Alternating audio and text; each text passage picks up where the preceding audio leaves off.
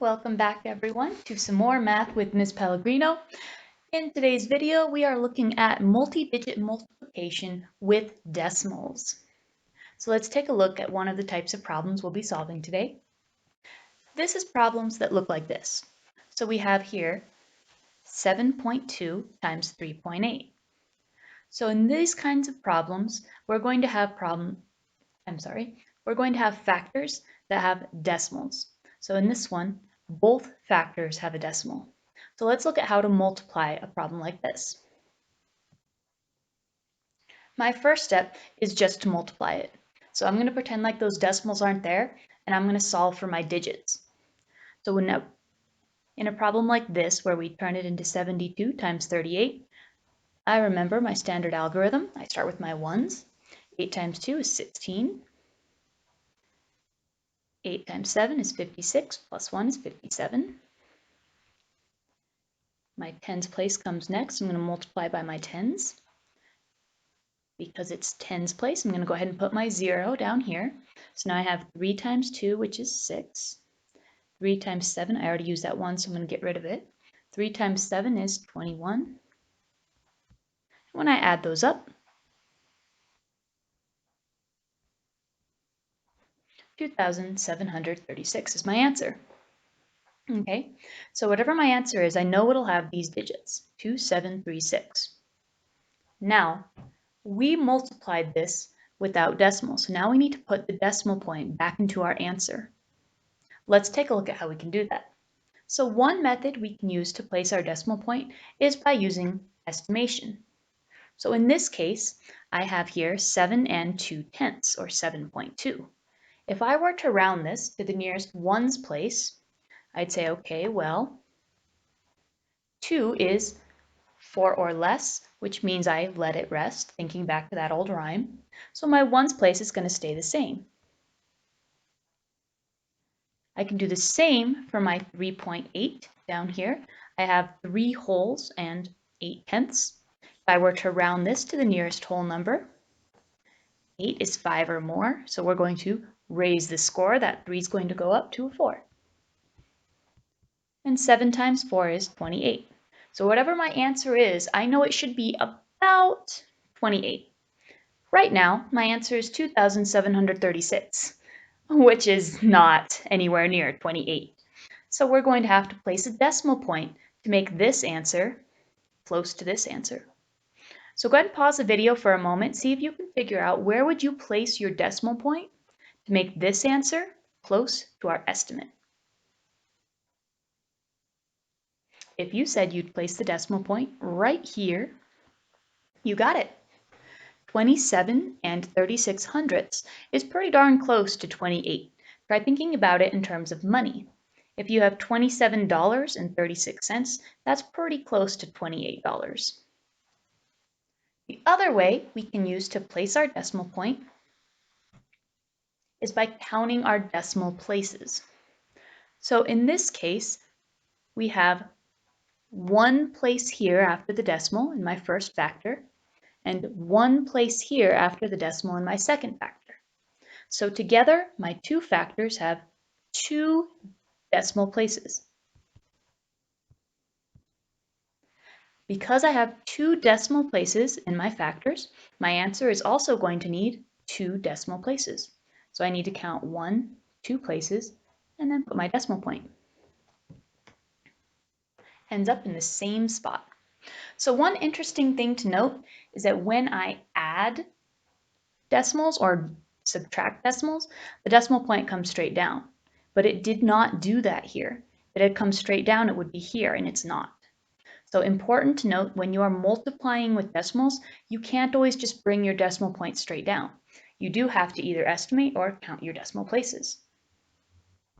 Now, before I end this video, I want to talk about why this works. Why does it work to count my 2 decimal points and then just count 2 decimal places at the end as well? Well, the reason why this works goes all the way back to place value. So think back to the first thing we did in this problem. First of all, we got rid of our decimal points. We went from 7.2 to 72. Now, we learned in a previous video that moving 7.2, moving my 7 to my tens place, my 2/10 to my ones place, means that I multiplied this by 10. Because what I did is I moved everything up one place value. So here I had 7 in the ones place, I moved it up to the tens. I had 2 in the tens place, I moved it up to the ones. So going from 7.2 to 72 was like multiplying by 10. It's the same thing with my 3.8. I wanted to move that 3 to my tens place and that 8 to my ones place.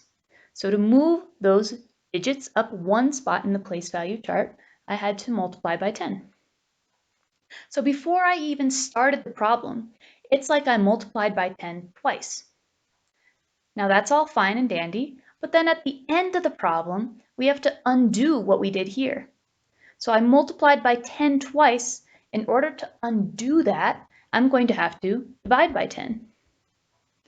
And because I did it 2 times, I'm going to have to divide by 10 2 times. Or I could say divide by 100.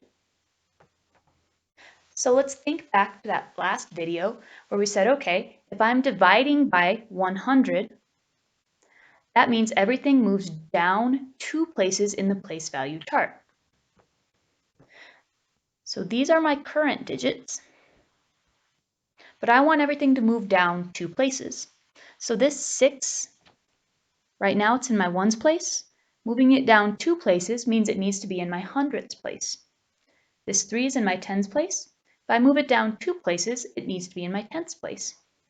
So I'm going to pretend there's a decimal point here.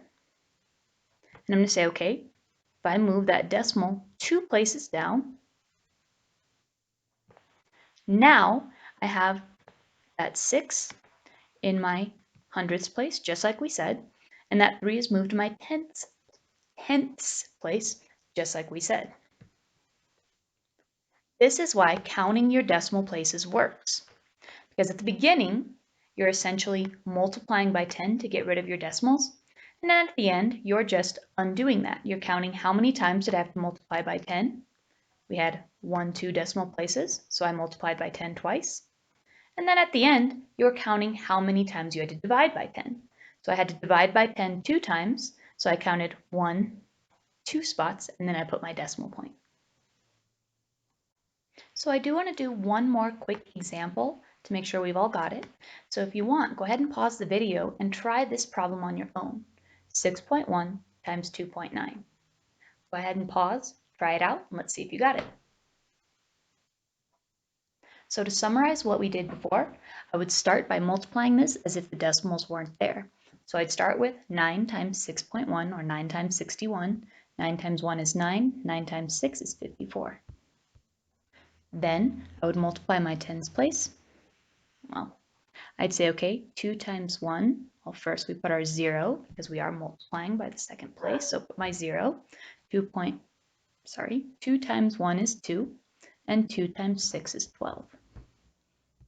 When I add up, I get my answer of 1769. Next, I would need to look at where that decimal point would go. So I could do it with estimating. I could say, well, that 6.1 is close to 6, that 2.9 is close to 3, so my answer should be close to 18.